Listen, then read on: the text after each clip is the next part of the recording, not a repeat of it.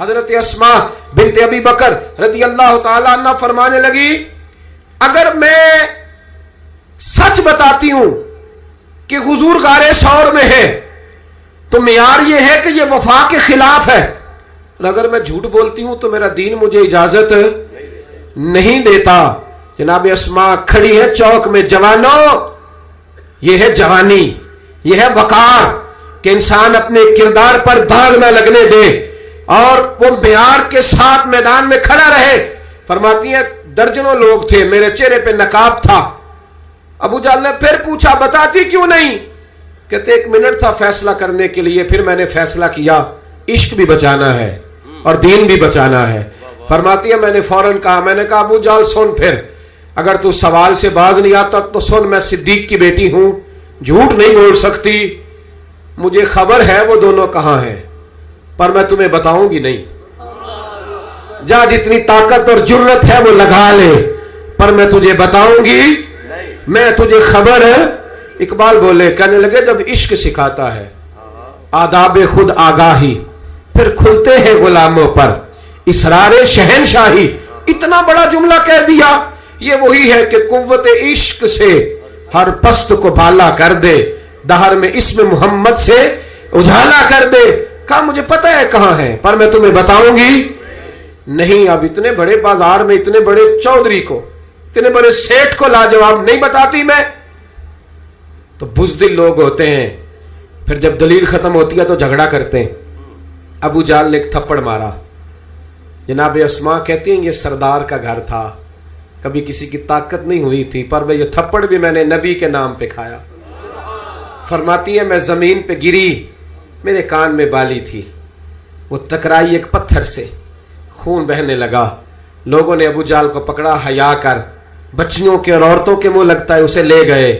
فرماتی ہے میں اسی طرح اٹھی، اٹھ کے میں نے چہرے پر پھر سے کپڑا لپیٹا، خون کو چھپایا اور پھر روٹی پکانے لگی۔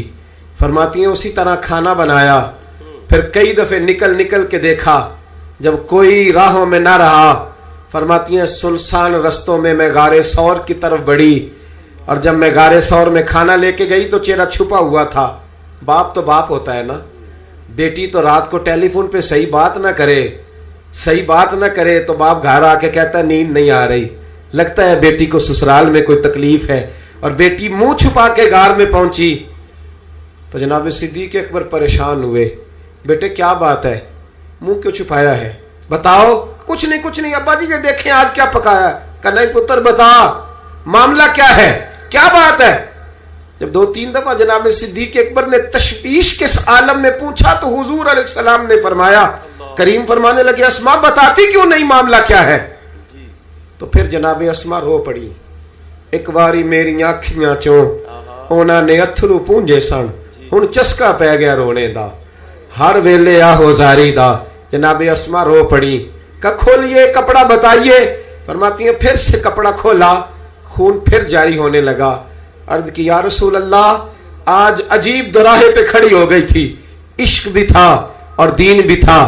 اگر میں بتاتی تھی کہ آپ کہاں ہیں تو عشق نہیں بچتا تھا، اور اگر نہیں بتاتی تھی تو جھوٹ تھا، پھر مجھے میدان میں ڈٹ کے سچ بولنا پڑا۔ آج میں نے سچ کے لیے یہ مار کھائی ہے، سچ کے لیے تھپڑ کھایا ہے، سچ کے لیے زمین پہ گری ہوں، اس لیے کہ میں صادق اور امین نبی کا کلمہ پڑھنے والی ہوں۔ میرے محبوب کریم نے جب یہ بات سنی تو حضور کی آنکھوں میں آنسو آئے، حضرت صدیق اکبر بھی روئے۔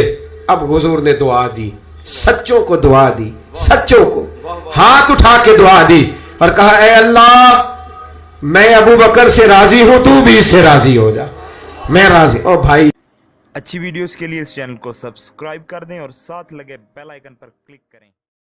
حضرت اسما بنت ابی بکر رضی اللہ تعالیٰ عنہ فرمانے لگی اگر میں سچ بتاتی ہوں کہ حضور غار ثور میں ہے تو معیار یہ ہے کہ یہ وفا کے خلاف ہے، اور اگر میں جھوٹ بولتی ہوں تو میرا دین مجھے اجازت نہیں دیتا۔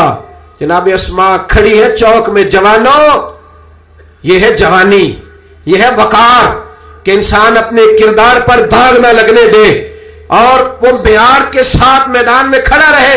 فرماتی ہے